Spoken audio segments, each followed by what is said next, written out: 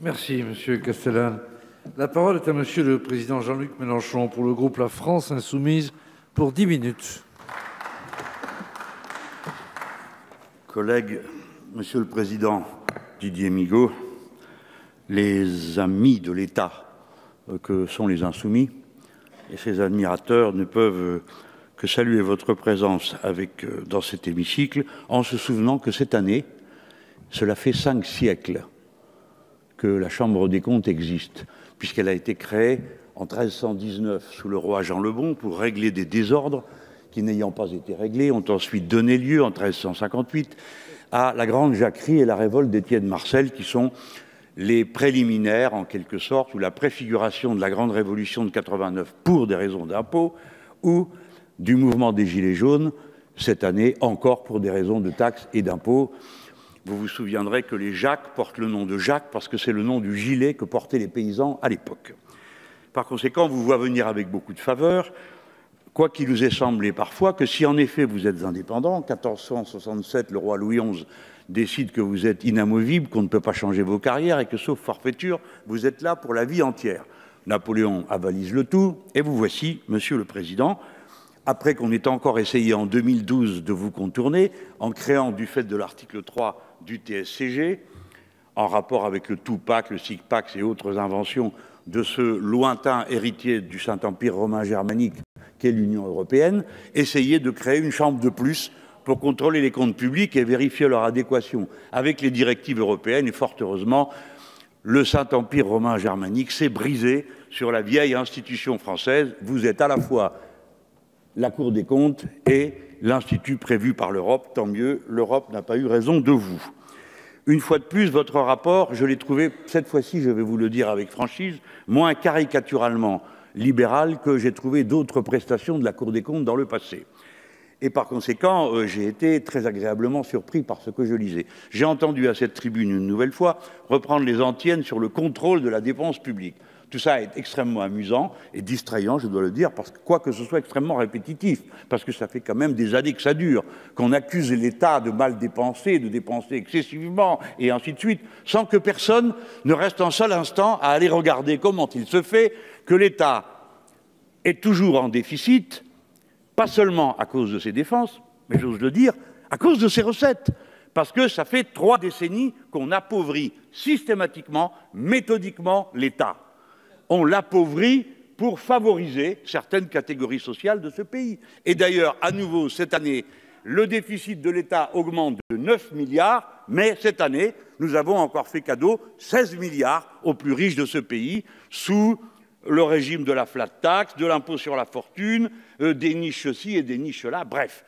Si nous taxions comme on devrait taxer, c'est-à-dire si ceux qui ont beaucoup donné la modeste part qu'on ose leur prendre, eh bien, il n'y aurait pas eu de déficit de l'État cette année. Notez que vous auriez pu noter dans votre rapport aussi, Monsieur le Premier Président, quoique j'ai vu que vous avez vu dans cette direction, vous avez regardé dans cette direction, que les 9 milliards qu'il manque cette année correspondent au solde de ce que la France donne à l'Union européenne, après qu'elle ait récupéré par la politique agricole commune et le reste, il reste encore 9 milliards dans les caisses de l'Union européenne.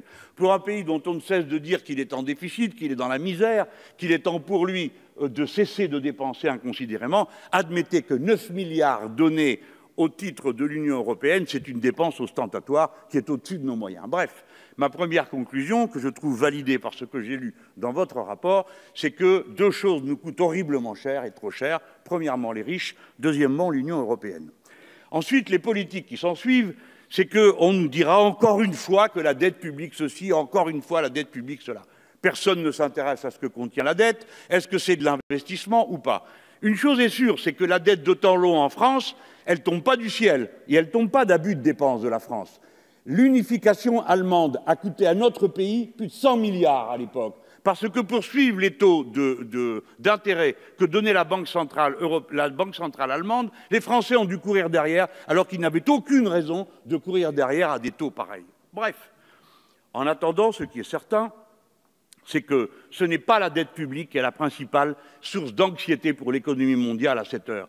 À cette heure, ce qui est la source numéro 1 d'inquiétude, c'est la dette privée. Elle représente 189 000 milliards de dollars au niveau mondial. Les 2/3 sont d'origine privée. Les 2/3 du total de la dette mondiale sont d'origine privée. Et de cela, personne ne parle. Or, la dette privée est infiniment plus sensible pour les États que n'importe quelle autre dette. Parce que quand un État est là, eh ben, il est là et c'est pour toujours. Et on trouve toujours le moyen de lui courir derrière pour obtenir le remboursement des emprunts qu'il a fait. On a vu que même l'emprunt russe a été remboursé.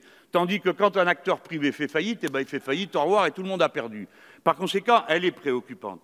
Et les remèdes qui sont appliqués pour la dette publique, pour diminuer les dépenses des États, ont fait la démonstration ample de leur inefficacité absolue. On a appliqué un remède de cheval à la Grèce. Pendant maintenant, nous en sommes à la 9e, 8e année avant qu'il retourne sur les marchés financiers. Et quel concert de louanges! La Grèce est de retour sur les marchés financiers, quelle joie! Entre-temps, la dette publique grecque s'est accrue de manière considérable puisqu'elle est passée de 146% du PIB en 2010, quand la crise a éclaté, à 178% depuis. Autrement dit, tout cela n'a servi strictement à rien, sinon à faire souffrir abominablement les Grecs, comme chacun le sait, et faire peur à tout le reste de l'Europe. Alors, je dirais qu'il y a là quelque chose que la Cour pourrait relever à propos de notre dette publique. Par un tour de magie budgétaire et comptable, comme il en existe des dizaines qui passent au-dessus de la tête du commun des mortels, il faut savoir que la Banque centrale et l'Europe, qui n'a jamais un centime pour qui que ce soit de dépenses publiques, a quand même balancé pendant un an entier 85 milliards tous les mois gratis pro déo à toutes les banques privées qui le leur demandaient. Et tout ça a représenté, au total, une somme considérable de 2600 milliards d'euros qui ont été donnés sans contrepartie aux banques privées. Et comme le résultat est qu'il n'y a pas eu un seul point d'inflation justifié par une injection aussi massive de signes, cela signifie que la totalité de cet argent est partie dans la sphère financière sans que personne n'en ait vu trace dans l'économie réelle. En attendant, par ce tour de passe-passe, parce que c'est la Banque centrale rachète aux banques privées des titres de dette des États, la Banque centrale française possède, par la BCE, 417 milliards d'euros de dette publique française. Autrement dit, 18% de notre dette publique. Je ne vais pas entrer dans les détails, mais cela montre une chose, c'est que le mécanisme de la transformation en dette perpétuelle sans intérêt, dette perpétuelle, c'est possible. Sans intérêt, c'est possible, puisqu'actuellement, la Banque centrale allemande prête à des taux négatifs. Alors, moi, je parle simplement de maintenir, de stabiliser la valeur du titre qui permettrait aux établissements qui en posséderaient dans leur bilan de ne pas perdre sur eux. Donc ces chiffres-là montrent que c'est possible. Pour nous, ça ferait tomber le niveau de la dette française de 99% du PIB à 80%.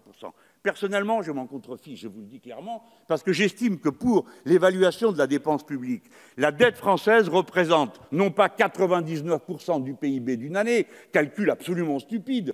Elle représente, compte tenu de l'étalement de cette dette, les titres ont une valeur moyenne de 7 ans, à peine 12% de ce que nous produisons dans une année. Essayez, Monsieur le Président Didier Migaud, de vous appliquer à vous-même le report sur votre revenu annuel de la totalité de vos dettes si vous avez acheté une voiture ou votre logement. Eh bien, je crois qu'on peut appeler le SAMU tout de suite pour vous tirer d'affaire, car vous seriez bien mal. Mais pourtant, c'est ce qu'on demande à l'État français. Tout ça est absurde, c'est une comptabilité qui n'a pas de sens. Alors, maintenant, j'en viens, et là, s'il me reste si peu de temps, aux critiques que je veux approuver, Monsieur Migaud, parce que c'est absolument extraordinaire de retrouver des propos insoumis dans la bouche de la Cour des comptes, lorsque, par exemple, vous qualifiez le Fonds pour l'innovation et l'industrie de mécanique budgétaire complexe et injustifiée, le fameux compte pour l'innovation, et que vous ajoutez ce dispositif de soutien à l'innovation devrait trouver sa place dans le budget général, vous l'avez répété à cette tribune. Vous avez ajouté: ce montage a conduit à des opérations inutilement compliquées, en partie pour afficher une dotation de 10 milliards. Ah ah, vous les accusez donc de faire de la communication, finançant une innovation de rupture, alors qu'en pratique, dites-vous, Monsieur le Président, et pourquoi en douterions-nous, sur ces 10 milliards, à peine 250 millions lui seront effectivement consacrés annuellement. Je m'étonne qu'on n'ait pas entendu la majorité protester, vous montrer du doigt comme ils le font et avec les mots avec qu'ils utilisent contre nous. La création de ce fonds répond donc exclusivement à un objectif de communication. Vous soulignez d'ailleurs que les recettes qui seront tirées par ce fonds lorsqu'il sera placé sont inférieures à ce que rapportent les mêmes établissements avant d'être privatisés en termes de rendement total, puisque ce sera 19% si on reste aujourd'hui, 13%, alors que ce sera à peine du 2,5% après la magique opération réalisée par La République En Marche. Enfin, je suis obligé donc de conclure. Hélas, parce que de choses que je voudrais vous dire, dont j'approuve de les retrouver dans le rapport de la Cour des comptes. Il est intéressant de savoir que vous dites vous-même, Monsieur le Président, que le CICE n'a eu d'impact de court terme sur l'investissement, la recherche et développement ou les exportations, qu'il a probablement eu un effet positif, vous n'en avez pas l'air très sûr, mais modéré sur l'emploi. Autrement dit, tout ça n'a servi à rien, c'est une gabegie d'argent qui a été donnée aux plus puissants pour un résultat égal à 0. Et qui le dit, non pas Mélenchon et les insoumis, ces enragés, mais monsieur le modéré président Didier Migaud, président de la Cour des comptes, homme raisonnable s'il en est un, dans ce pays. Le président permettra de séance, lui. Sans doute que j'ai noté aussi que la plupart des niches fiscales auxquelles vous faites référence, vous dites, eh ben, on y est absolument improuvé qu'elles aient servi à quoi que ce soit, et vous en citez plusieurs en disant, elles augmentent sans cesse, mais on ne sait pas à quoi ça sert. Mais ça s'appelle de la dépense fiscale. Quand nous parlons de cadeaux, là, ça s'appelle dépense fiscale. Tout ça représente des sommes qui, encore une fois, ne permettent que de conclure une chose, ce sont les riches et les technocrates qui coûtent horriblement cher à ce pays. Merci, Monsieur le Président. Vous nous avez donné une envie supplémentaire de lire l'intégralité du dit rapport. La parole est à Monsieur